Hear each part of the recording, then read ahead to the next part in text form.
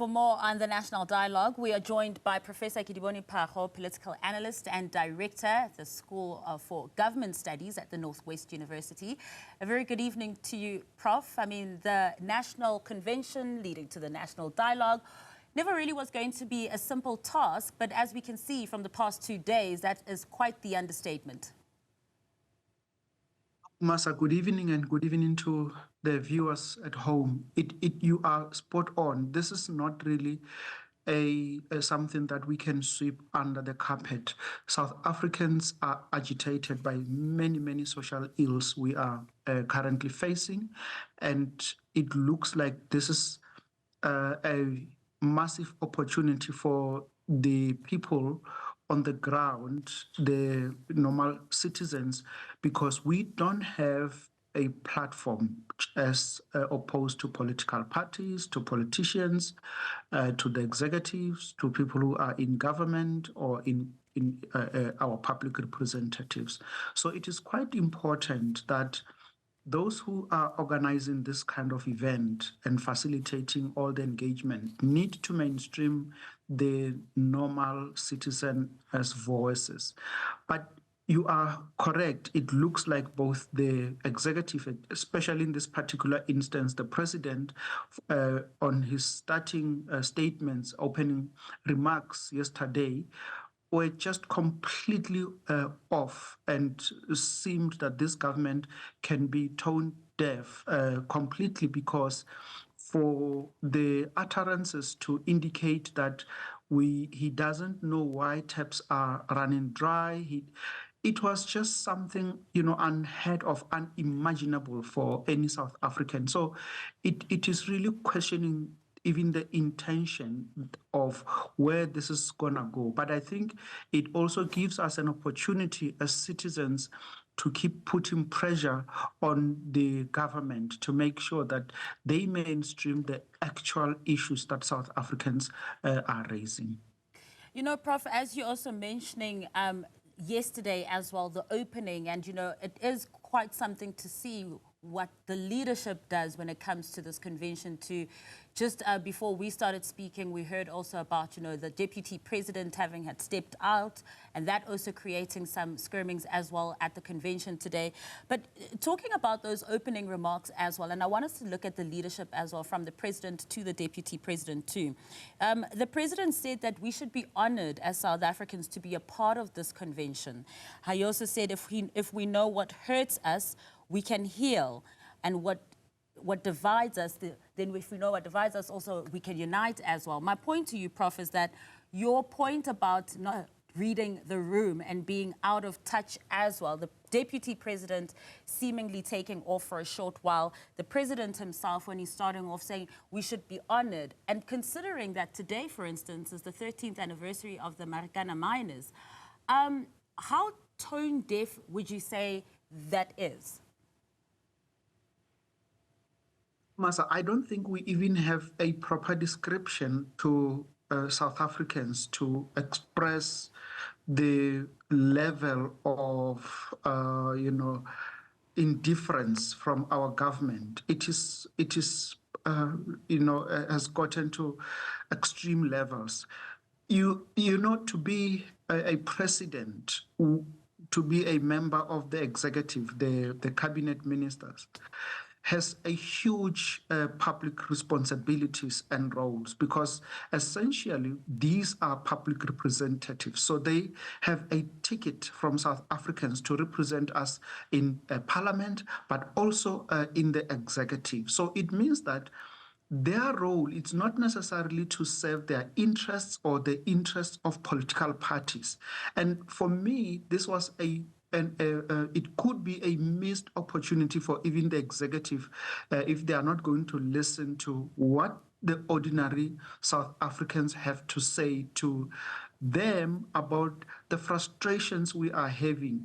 And so I think they should maybe take a cue from what has happened in this convention and better organize themselves to send a message to the country that we are listening and we are going to respond in a positive way. So you are very correct that we need the entire line of march, the president, the deputy president, we need the ministers, we need the directors general, because if these issues are only going to take place at the political level, they may not find traction into the entire governance machinery. So there has to be a very clear line of march on who is here and give a way forward, because we don't want this to just end up being a talk shop. But South Africans are frustrated and they are trying to express their frustrations during this convention, but it looks like there is a pushback from government. And I think it is time that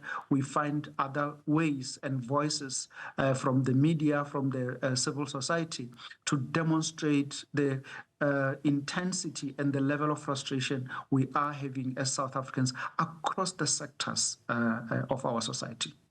Some might say, you know, if that leadership just did their jobs, perhaps that will go a long way or further way than talking about problems. The reason we even have the notion of the national dialogue, by the way, Masa, is because the government has not been listening. We are at the hangover, if you may, of the state capture. So we are here trying to say what can be done to purpose and reposition our country so that it is back on the path of being a developmental state. We have rerouted ourselves, but we are struggling to bring the ship back on course. So perhaps this was just one of those opportunities to bring the political elite to the realization that they are completely off course across the sectors.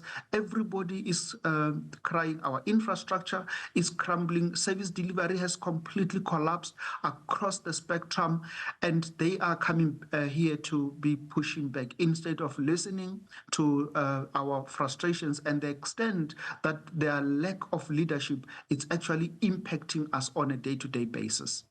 And Prof. Phago, as you're speaking about, you know, ailing infrastructure as well, failing infrastructure and services, you know, when we're looking at the processes that's going to take place, we heard them say that, you know, they're going to organize into these different sectors, have representatives of those different sectors. They've got 2 weeks to organize themselves, and then they're going to gather again.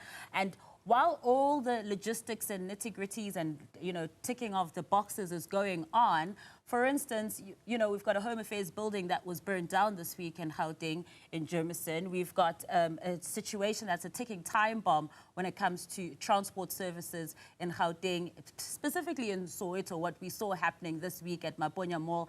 So while we are organizing and planning and talking, it seems the house is almost on fire, if not on fire.